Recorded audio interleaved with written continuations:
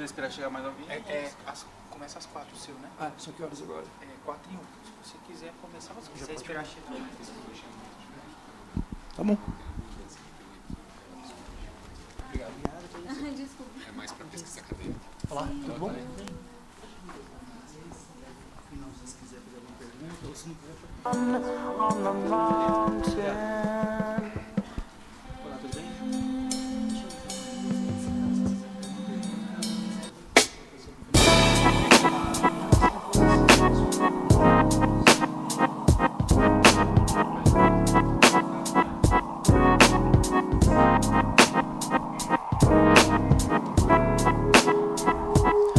Boa tarde, tudo bem? Então, vamos começar, né? Afinal, a Sala Canadá e os canadenses são muito pontuais, né? Então, olha só, eu me chamo Atos Martins, tá? Eu trabalho como gerente de recrutamento dos estudantes de língua portuguesa no Centennial College, bem como dos estudantes dos países francófonos da África. Atuo no Centennial já há 11 anos, e já estive envolvido aí nesse período no recrutamento de cerca de 4.000 estudantes do Brasil. Eu costumo me apresentar como um produto oriundo do meu próprio produto, uma vez que eu sou brasileiro e em 2010, né, há 13 anos, eu troquei o Brasil pelo Canadá, without knowing how to speak English, né, sem saber falar inglês. Estudei inglês durante 1 ano, fiz uma pós-graduação no próprio Centennial College, quando eu tive a oportunidade de ser contratado como estagiário do Departamento Internacional e tenho, desde então, desenvolvido uma carreira na instituição. Então, hoje aqui, eu vou falar um pouco acerca do sistema de Higher Education, de educação superior no Canadá. Eu acredito que é importante dar essa contextualizada. Vou falar um pouco do Centennial College e a questão da transição, né, do college público para o mercado de trabalho. Eu vou me usar como um exemplo, né, uma vez que estou empregado em Toronto, né, e contar um pouco também da minha história e como o Centennial me ajudou, né, na realidade, a formar uma carreira no Canadá. A primeira questão é explicar para vocês que o estudante do college público no Canadá, ele conta com a possibilidade de trabalhar por até 20 horas semanais durante as classes. Então, enquanto o estudante está atendendo as classes, esse estudante vai ter a possibilidade de trabalhar essas 20 horas semanais, né? Isso daí funciona como, na realidade, uma ajuda, né, que o governo canadense oferece para os estudantes internacionais. Então, o estudante ele tem aí um capital de giro, né? Ele vai conseguir ter um rendimento enquanto está estudando, né? Uma vez que esse estudante finaliza o programa de estudos, existe a possibilidade de solicitar uma permissão de trabalho chamada Post-Graduation Work Permit, né, ou PGWP, PGWP, como vocês preferirem. Se você estudar por 1 ano, você recebe uma permissão de trabalho de até 1 ano. Se você estudar por 2 anos ou mais, até 3 anos. Então, todos os programas acadêmicos do Centennial College oferecem essa possibilidade para os nossos estudantes, né?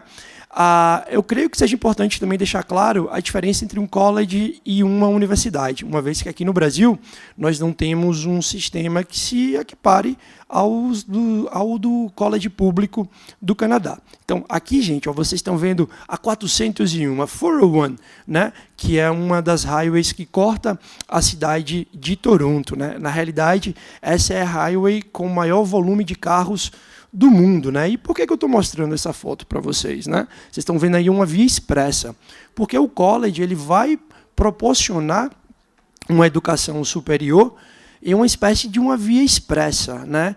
Então, o college público canadense usa como base a Applied Science, as ciências aplicadas.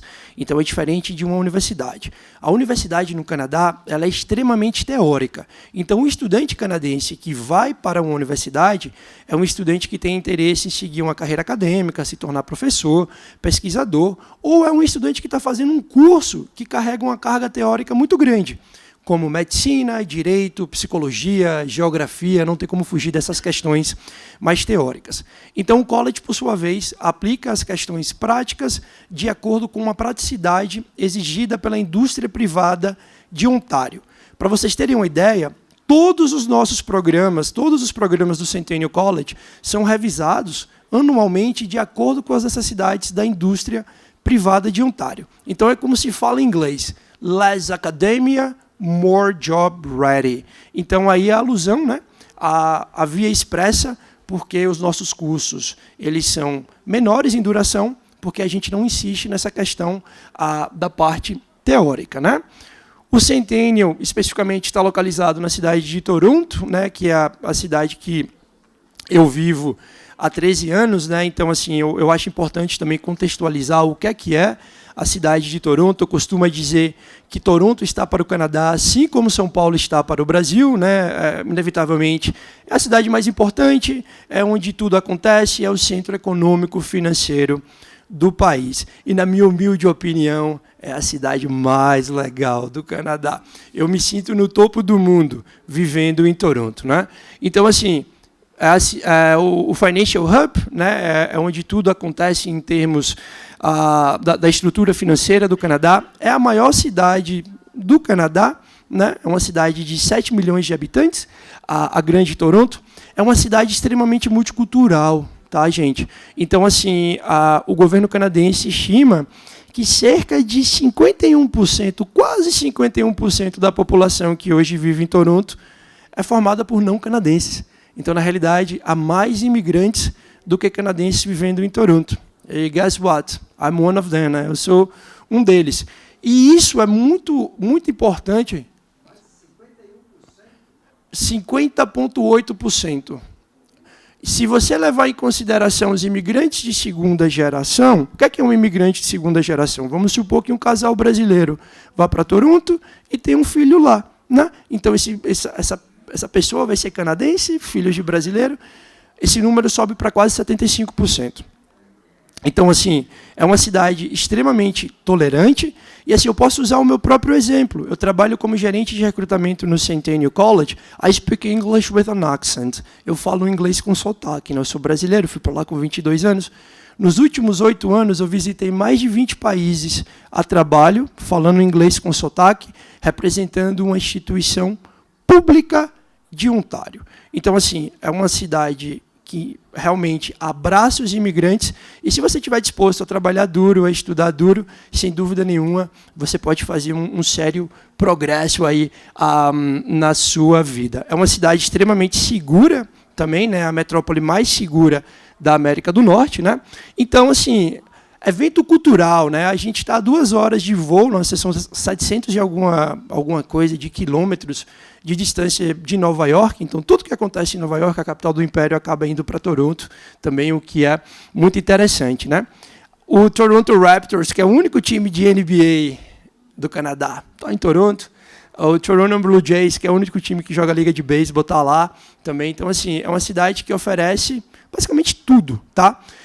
É uma cidade que tem um custo do aluguel. Eu não acho que é uma cidade que tenha um custo de vida mais alto. Aqui no Brasil, a gente percebe uma variação dos preços de produtos alimentares, aquela coisa toda, muito grande, de estado para estado, de região para região. No Canadá é muito padrão isso daí. Realmente, o custo do aluguel em Toronto, a especulação imobiliária, é um pouco mais alta. Só que, assim, é aquela coisa, né? É um investimento. Então, você investe um pouco mais e você tem acesso às melhores possibilidades. É uma cidade segura para quem quer viver um pouco mais afastado do downtown, segura no sentido de ser um pouco mais assim interiorana, mais parada, aquela coisa toda. E se você quiser uma coisa mais agitada, o centro da cidade, né? Então, uma cidade bastante interessante para todas as áreas, né? Acerca do Centennial em si, que é a instituição que eu represento, o Centennial é o primeiro college público da província de Ontário, né? Uma instituição bastante tradicional, né? No último KPI, o KPI é uma pesquisa conduzida, na realidade, pela província de Ontário, né? A gente ficou aí em primeiro lugar no que se refere ao nível de satisfação dos empregadores. O que é que isso quer dizer? Né? Os empregadores que deram oportunidade para estudantes recém-formados em college reportaram aí o melhor nível de satisfação com o Centennial, né? Então, isso daí é uma coisa que é muito bacana, né? O Centennial hoje conta com um pouco mais de 27 mil estudantes full-time, dos quais aproximadamente 13 mil formam a comunidade de estudantes internacionais. Então, eu costumo dizer que a população estudantil do Centennial reflete a população da cidade de Toronto. É extremamente multicultural, né? Comigo, no Departamento Internacional do Centennial, nós somos 4 brasileiros aí que atendemos aos estudantes do Piniquins, né? Eu costumo dizer que no Centennial a gente fala student, international student. A gente entende que há uma diferença muito grande da necessidade de um estudante canadense e de um estudante internacional, principalmente aí num momento de transição. São 7 escolas, né, o que é diferente também entre a universidade. A gente não tem departamento acadêmico, nós temos escolas acadêmicas ou escolas especializadas. Cada escola dessa, gente, vai contar com o próprio reitor e vice-reitor, que são, então elas são operadas academicamente de maneira distinta, né? E esses reitores reportam a presidência do college. Então, no final do dia, o college público canadense nada mais é do que um conglomerado de faculdades, tá? Se comparado com o modelo aqui do Brasil. Então, os programas pós-secundários se equipariam os programas tecnólogos que temos aqui no Brasil e as pós-graduações lato sensu, né? Então, são especializações profissionais. Rapidamente, esses são os campi do Centennial, né? Nós contamos com 5 campi. O mais novo é o Bombardier Center for Aerospace and Aviation. Bombardier é a empresa canadense de manufatura de aeronaves, grande concorrente da Embraer, né? Mostra aí o quão estreita é a relação entre o Centennial, os colleges como um todo, né? Eu estou ilustrando aqui o Centennial porque é o college que eu represento, né? Com a indústria, né? Então, na realidade, a Bombardier investiu no Centennial para que a gente possa formar os estudantes, né, que no futuro vão se juntar à Bombardier e às demais empresas relacionadas à aviação. E aí a gente começa agora, para valer, né, o papo acerca do que é necessário fazer para que você possa ter uma transição aí bem-sucedida entre o college e o mercado de trabalho. E aí eu peço licença para vocês para usar o meu próprio exemplo. Tá? Eu vou contextualizar o que foi que eu fiz enquanto estudante internacional e explicar para vocês, na realidade, né, como foi que eu consegui me juntar ao mercado de trabalho uma vez que eu finalizei o meu programa de estudos. Tá? Então, o que é que acontece? Eu estudei jornalismo, comunicação social aqui no Brasil e fui para o Canadá para aprender a falar inglês. E depois que eu atingi um nível interessante no inglês, eu fiz uma pós-graduação no Centennial College em Marketing, Research and Analytics, pesquisa e análise de mercado, né? E o que é que acontece? Eu sempre fui muito engajado com as atividades do college, né? No dia que eu fui construir o meu timetable, o meu horário, eu vi um job posting, um anúncio de uma vaga de trabalho. Estamos procurando estudantes que estejam a estudar marketing e que saibam falar português. Opa! Que o perfil aí bateu, né? Fiz a aplicação para a vaga, passei por um processo de seleção. Meu primeiro dia de aula no Centennial foi meu primeiro dia como estagiário, né? No verão, no summer de 2012, quando eu comecei a estudar, nós tínhamos 14 estudantes do Brasil no Centennial, eu era um deles e eu era o único que estudava marketing. Então, assim, às vezes você tem que contar um pouco com a sorte, mas o fato de eu já estar ligado no que é que poderia acontecer e ver, isso daí já me ajudou, com certeza. E aí o que é que acontece? Estudei trabalhando como estagiário no Departamento Internacional. Quando faltava cerca de um mês para eu me formar, eu comecei uma busca intensa para uma posição de pesquisador de mercado. Eu estava estudando Marketing, Research and Analytics, eu queria trabalhar como pesquisador de mercado, essa era a minha ideia inicial. E aí o que foi que eu fiz? Eu me cadastrei em todos os sites de busca de trabalho, criei um perfil. Eu costumo dizer que procurar um trabalho full-time no Canadá é um trabalho full-time. Então, assim, o que foi que eu fiz? Eu criei uma tabela do Excel e comecei a aplicar para todas as posições que eu achava que eu tinha uma chance, né? E aí eu comecei a aplicar para diversas posições, utilizando um currículo, que é geralmente o que a gente faz aqui no Brasil, fazia uma carta de apresentação para cada vaga, mas assim, sem grandes diferenças, né? Aplicava e assim, não era chamado para entrevista, a coisa não rodava e a gente começa a ficar um tanto quanto frustrado. Até que, pesquisando como é que o Centennial poderia me ajudar, eu descobri o Career Services. O Career Services é um departamento que todos os colleges eles vão contar com esse serviço, né? Estou falando do Centennial porque é a minha experiência. E aí o que foi que aconteceu? Eu cheguei para eles e perguntei, como é que vocês podem me ajudar? Então, assim, procurar o que é que o college tem para te oferecer. E aí eu vim descobrir, falo nas minhas palestras, explico para todo mundo, que esse é um departamento que você pode utilizar desde o seu primeiro dia de aula até 2 anos após a sua graduação.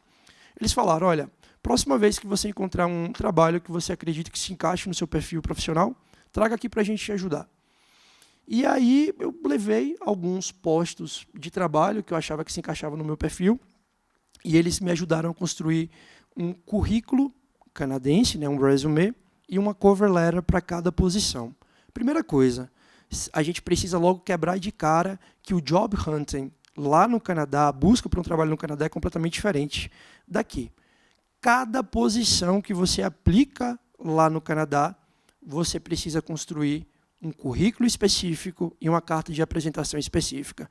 E mais do que isso, gente, quando vocês pegam um job posting, eles vão falar das obrigações da vaga, a ordem que foi apresentada às obrigações que a vaga vai ter é a ordem de importância, seu currículo, o seu resume, a sua cover letter precisa seguir aquela ordem. Então, se fala primeiro que você precisa de habilidade X e, por último, de habilidade Y, você vai armar o seu currículo de acordo com o que está apresentado na vaga. Então, assim, você começa a pegar um pouco mais de prática e começa a organizar a apresentação dessa forma. O Career Service me ajudou bastante.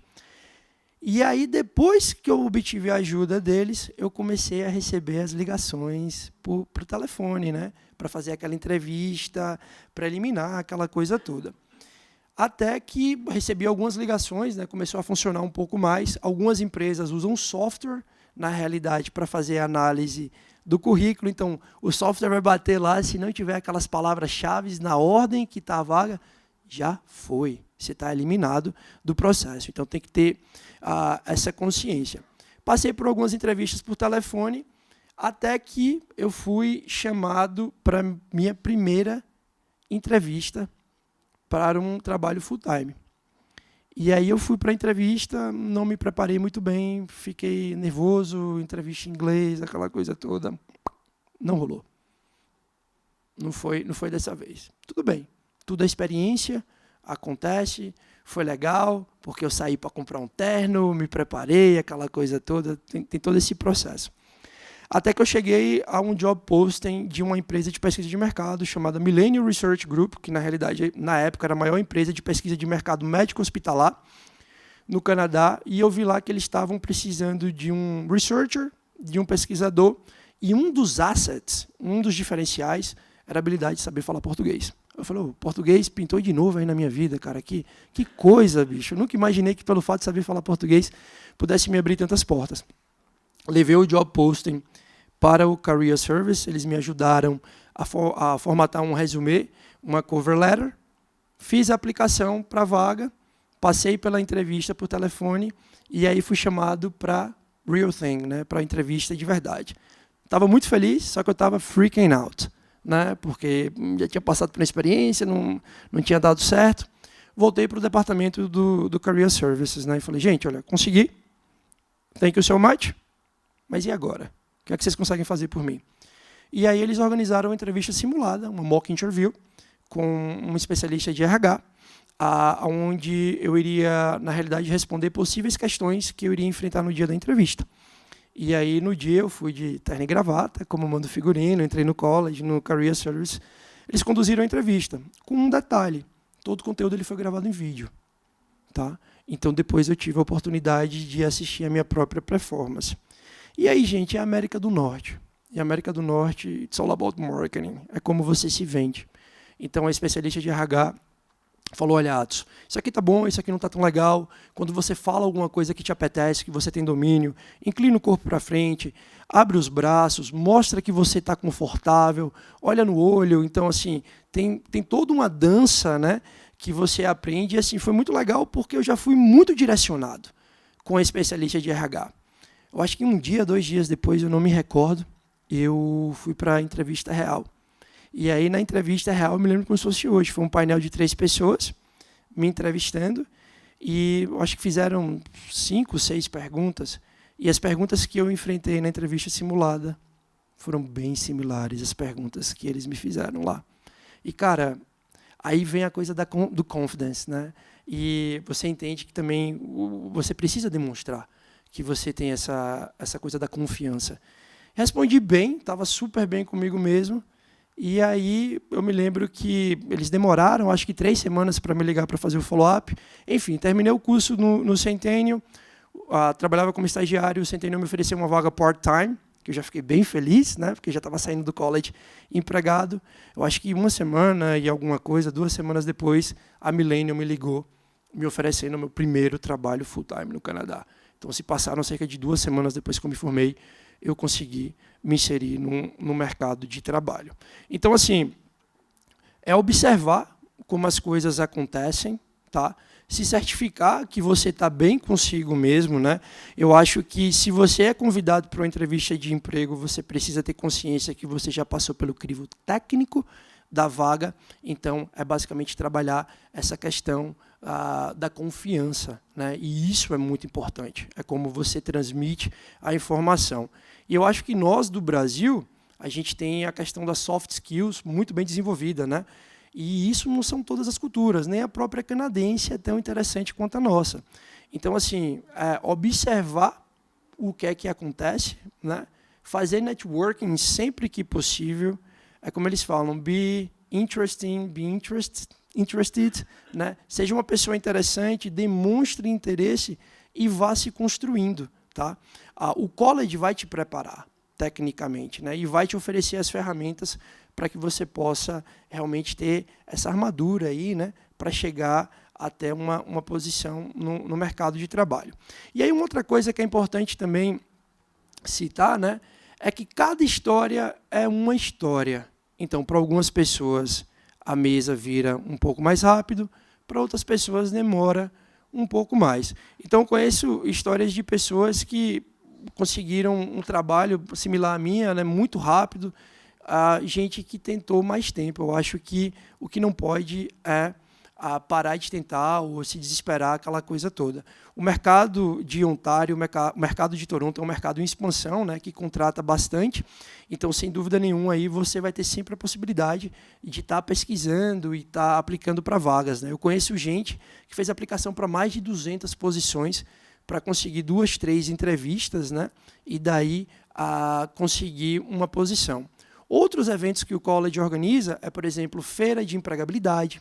Então, todo semestre você vai ter uma feira de empregabilidade onde os prospective employers, né, aquelas pessoas que podem te empregar, vão até o college para conversar com você, né? Eu participei dessas feiras, eu lembro que eu fiz um cartão de estudante, eu sei que isso daqui não é muito comum, mas lá é bastante comum. Uma outra coisa importante é estar com o LinkedIn atualizado, né, e estar adicionando aí o gerente de RH das empresas que, de repente, você tem interesse em estar trabalhando, né, e fazer as conexões, de repente convidar o gerente de RH para tomar um café. Eu sei que aqui no Brasil é um negócio que jamais aconteceria, né, mas isso é muito comum. Não é que você vai estar tentando conseguir um trabalho, mas você vai estar se apresentando, você vai estar mostrando que você tem certas habilidades. E isso é super aceito lá no Canadá, lá em Toronto. Né?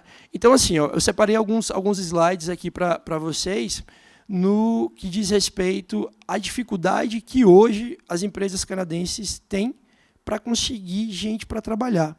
Não sei se vocês têm acompanhado, mas hoje no Canadá a gente tem a menor taxa de desemprego desde 1976. Nós estamos tendo um problema com inflação, tá, lá no Canadá, só que em contrapartida a gente tem a menor taxa de desemprego desde 76, está aí na casa dos 5% para todo o Canadá. 5% de taxa de desemprego é virtualmente inexistente o desemprego, né? As pessoas que moram fora, que não querem trabalhar, aquela coisa toda. E hoje há uma demanda muito grande de profissionais qualificados, né? Então, esse gráfico aqui mostra que em 2021, né, os empregadores reportaram aí 69% dos empregadores entrevistados pelo Man Group, que é uma empresa de recrutamento, uma dificuldade de conseguir pessoas qualificadas para trabalharem, né? Então, é uma realidade, tá? A top 5 demandas, né, lá do Canadá, e aonde, por exemplo, a gente tem cursos que vão cobrir essas demandas, né? Operation Logistics, nós temos uma pós-graduação muito interessante em Supply Chain Management, manufatura e produção, né? Por exemplo, nós contamos com programas de Mechanical Engineering, Electromechanical, o próprio Aerospace Engineering, né? Que é o programa que a gente vem desenvolvendo aí junto com a Bombardier. Observem, tudo que o college vai oferecer tem uma consonância referente à necessidade da indústria. Então, é muito dinâmico, né? Diferente aqui do Brasil também, cada província vai contar com o seu próprio Ministério da Educação, né, que faz essa consulta com a indústria privada e os colleges entregam esse treinamento. Vendas e marketing, nós temos uma pós-graduação em Marketing Digital Engagement Strategy, que é impressionante a pós-graduação, né? Está super em consonância aí com o que o mercado precisa. TI, né, que eu costumo dizer, quem já conversou comigo lá no stand, a batata, né, é uma área que tem uma absorção dos profissionais muito grande, né, e a questão da administração do suporte de escritório, né. O Canadá é um país que é baseado em commodity serviços, né, então a gente tem essa necessidade muito grande desse tipo de suporte, né. E aí a gente vê que isso não é uma realidade só do Canadá, né? Então, ao investir numa educação no Canadá, você vai ter a possibilidade de se inserir no mercado de trabalho e, assim, o futuro a Deus pertence, né? Aqueles que não querem ficar ou aqueles que precisarem retornar, sem dúvida nenhuma, retornar com nível de inglês desenvolvido, né, e com a certificação canadense, você vai ter toda a possibilidade do mundo de conseguir uma melhor posição de trabalho aqui no Brasil, né? E para a gente finalizar, o que eu posso falar para vocês, assim, baseado nessa experiência que eu tive, nesses 13 anos que eu vivo lá, é a primeira coisa. O Canadá é um país maravilhoso porque ele fala, venha e traga a sua cultura com você. Só que eu acho que cabe a você, quando você está por lá, gerar aquilo que eu chamo de terceira cultura, que é um mix da sua brasilidade com a cultura canadense. E isso é bonito porque você pode ser quem você é, mas você não pode viver como você vive aqui no Brasil. As relações elas não são conduzidas da mesma maneira que você vive aqui no Brasil. E, obviamente, isso daí também se reflete na busca de um trabalho, como é que você vai se relacionar com as pessoas, né? Uma outra coisa é aquela busca incessante pela residência permanente, né? Eu acho que todos que estão aqui, que estão interessados em ir para o Canadá, têm on the back of your mind, né, a possibilidade de imigrar para o Canadá. Eu acho que tem que estar atento ao que está acontecendo na imigração, obviamente, só que o foco de uma pessoa que vai estudar, que faz essa transição profissional, na minha opinião, deve ser na carreira. Eu creio que uma vez que você consegue se estabelecer profissionalmente por lá, a questão da residência, os próximos passos que você venha a dar, isso daí vai acontecer naturalmente, vai acontecer de uma forma orgânica. Então, é sempre importante estar bem, ter uma base sólida e essas coisas vão acontecer, né? Eu costumo brincar e dizer que receber a residência é maravilhoso. Assim, eu lembro o dia que eu recebi minha residência, né? Um dia muito feliz, só que no final do dia, cara, é um cartão.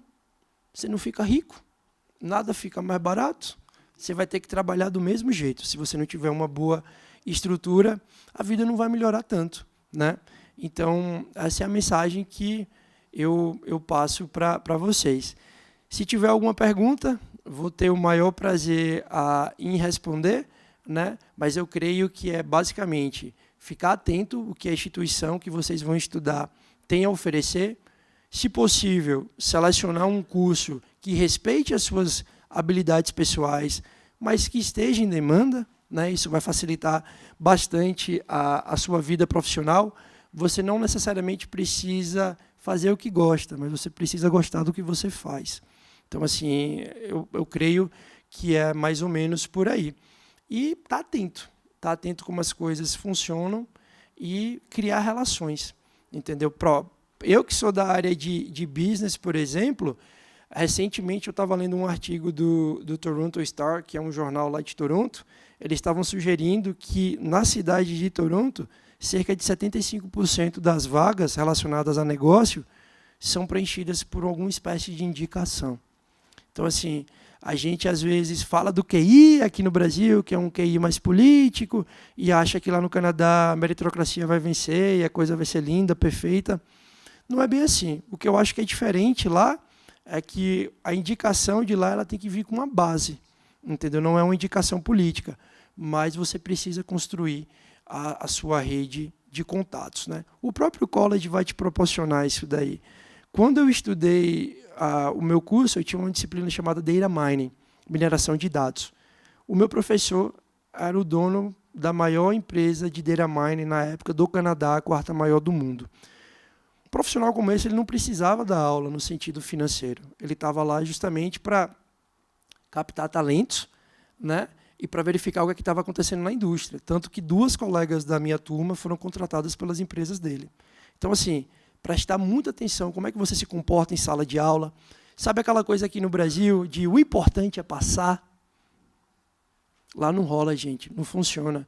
Tem muita vaga de trabalho lá que vai pedir um GPA mínimo. O que é o GPA mínimo? É o Grade Point Average, é a média ponderada geral. Então, se você não tiver, geralmente é uma média ponderada geral B, que vai representar 70%, 3.0. Então, se você não tiver uma boa média ponderada geral, você já pode ficar de fora de alguns processos de seleção. Todo trabalho lá no Canadá, antes de você ser contratado, você vai precisar de uma referência. Sabe quem foi minha referência? Uma das minhas referências, quando eu estava estudando, foi um dos meus professores, foi meu professor de estatística, que eu estabeleci uma boa relação com ele e eu tinha uma boa nota, apesar de ter estudado jornalismo, não foi fácil.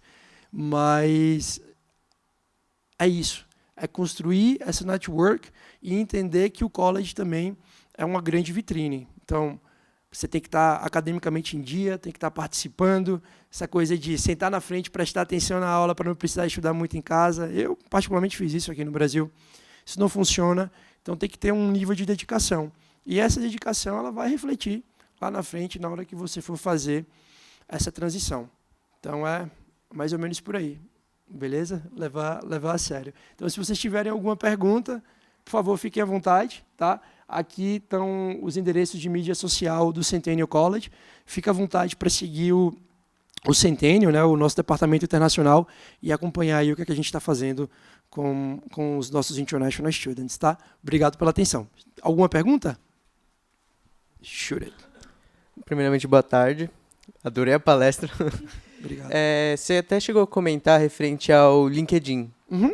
Aí eu gerei essa dúvida sobre, em questão das empresas, não somente em Toronto, mas no Canadá como um todo, você diria que elas têm um contato inicial com o possível empregador mais pelo LinkedIn ou por outros meios? Você acha que o LinkedIn é algo extremamente importante para esse contato de busca de emprego com as empresas? Olha, muito importante. Eu diria que no momento, principalmente agora nesse cenário pós-pandemia, é o canal de comunicação que você pode estar falando diretamente com a empresa que você tem interesse em estar trabalhando.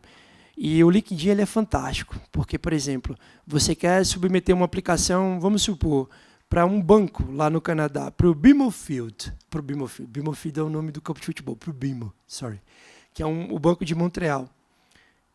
Você vai submeter a aplicação, você não vai botar lá na sua carta de apresentação to whom it may concern, né? Para a pessoa que for o responsável. Você vai entrar no LinkedIn, você vai procurar o nome da pessoa, que é gerente responsável pelo recrutamento do BIMO, do banco, e você vai direcionar diretamente para ela. E aí você vai mandar também uma mensagem, falar, olha, fiz uma aplicação para uma vaga, só queria dizer que eu estou aplicando, aquela coisa toda. Então é tudo muito sutil. O LinkedIn, ele sem dúvida nenhuma, hoje é uma ferramenta extraordinária, eu diria que é a mais importante para você começar a estabelecer esse tipo de relação. Obviamente, né, a gente não vai entrar muito nos pormenores do LinkedIn, mas o seu LinkedIn ele precisa ser profissional. Né? Então, assim, buscar um tutorial, e isso o Career Service dos colleges auxiliam também. Né? A questão da foto, o que é que você coloca como capa, isso tudo faz a diferença. Mas eu diria que um LinkedIn atualizado, para quem está procurando uma vaga no mercado de trabalho, na América do Norte, é de suma importância. Está atualizado, está com os contatos, e assim, fazer as interações da maneira mais leve possível, sempre. Né? Perfeito, muito obrigado. De nada. Eu queria saber sobre o PEF, ele também faz esse tipo de preparação. Não precisa não, obrigado. Esse tipo de preparação para fazer essa organização para entrar nesse código, certo? Você pode falar um pouquinho sobre isso, esclarecer um pouquinho mais sobre o PEF, como que funciona? Claro, sem dúvida nenhuma. Olha, o que é o Pathway, gente? O college público canadense, ele vai solicitar um determinado nível de inglês, né, para que o estudante possa ser aceito. E aí entram os testes de proficiência. Né? Pode ser o IELTS Academic, pode ser o TOEFL, pode ser o Duolingo. E o que é que acontece? Os estudantes que não têm o nível ainda necessário no inglês para passar por um teste de proficiência, eles podem fazer o Pathway. O Pathway nada mais é do que um programa de inglês preparatório para a vida acadêmica no Canadá. Eu, particularmente, sou um super defensor do Pathway. Por quê? Porque o Pathway ele não vai só amadurecer o seu inglês, ele vai te preparar para a vida acadêmica no Canadá. Fazer uma redação nos moldes aceitos pelo college público canadense não é como fazer uma redação para as universidades aqui no Brasil. Lembra lá das normas da BNT, aquela coisa toda? Então, tem as normas lá que a gente segue também no Canadá. Então, o Pathway ele vai te ajudar a fazer uma redação em inglês, dentro do formato aceito pelo college. Ele vai te preparar para fazer uma apresentação. Como o college ele é muito prático, essa questão de apresentação, de ir para frente da sala e realizar uma apresentação, apresentar um projeto, isso é muito comum. Então, o Pathway te ajuda ativamente nesse processo. Até para aqueles estudantes que já estão com nível de proficiência num dos testes, eu aconselho fazer, não sei, 1, 2 meses de Pathway para se habituar. E aí é aquela tal coisa, né? É melhor, mais interessante você investir na sua preparação pré-college do que, de repente, começar a fazer um programa no Centennial ou em qualquer outro college e ter a frustração de reprovar uma disciplina. Primeiro, reprovar uma disciplina num college público canadense não é bom negócio para o seu bolso. Tá? Uma disciplina, a depender da quantidade de créditos, pode oscilar entre 800 a 4 mil dólares. Então, assim, fica pesado. E outra coisa é a questão do GPA. Então, se você reprova numa disciplina, você vai ter sua média drag down, né, puxada para baixo. Então, assim, o Pathway ele vai te preparar para a vida acadêmica. Né? A gente costuma brincar e dizer que é uma espécie de pré-vestibular, uma espécie de cursinho para a vida acadêmica no Canadá. E o interessante é que, por conta da pandemia, né, se a pandemia trouxe alguma coisa boa, né, pelo menos aqui para a nossa indústria, é a possibilidade de iniciar o Pathway online aqui do Brasil. Então, assim, quem está interessado em estudar no college, precisa preparar o inglês, eu acredito que o Pathway é o caminho. Algo mais, gente? Dou-lhe uma, dou-lhe duas, dou-lhe três. Ok. Muito obrigado pela atenção. Eu vou estar no stand do Centennial. Quem quiser conversar comigo, por favor, fique à vontade para ir até lá. Tá? Muito obrigado.